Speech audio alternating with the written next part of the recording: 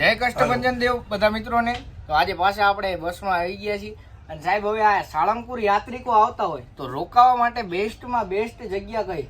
ચોક્કસ વાત કરીને તો સાળંગપુર ધામમાં સરસ મજાની રાત રોકાણ કરવા માટેની વ્યવસ્થા છે.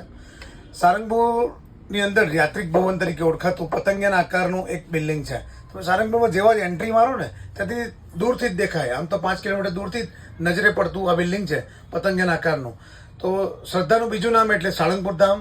સાળંગપુર દાદાના દર્શને આવતા યાત્રાળુઓ જો રહેવું હોય રાત તો ગોપાળન સ્વામી યાત્રિક ભવન તરીકે ઓળખાતું આ ભવન છે. ત્યાં 1100થી પણ વધારે રૂમની વ્યવસ્થા છે. ત્યાં 2100 થી 2500 રૂમની ગાડીઓ પાર્ક કરી શકાય એવી સરસ વ્યવસ્થા કરવામાં આવી છે.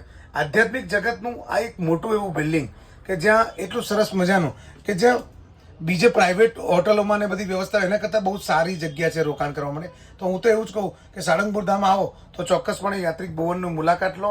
અને 7 માળનું આ બિલ્ડિંગ છે એટલે દાદાના દરબારનું ઐતિહાસિક નજરાણું એટલે ઓછી કિંમતમાં સારી એવી સુગમ વ્યવસ્થા વડતાલ સંચાલિત સ્વામિનારાયણ મંદિર કષ્ટભંજન દેવ દ્વારા કરવામાં આવી છે. તો પધારો સાળંગપુર ધામ અને ઉતારો લો યાત્રિક ભવનનો. જય સ્વામિનારાયણ, જય કષ્ટભંજન.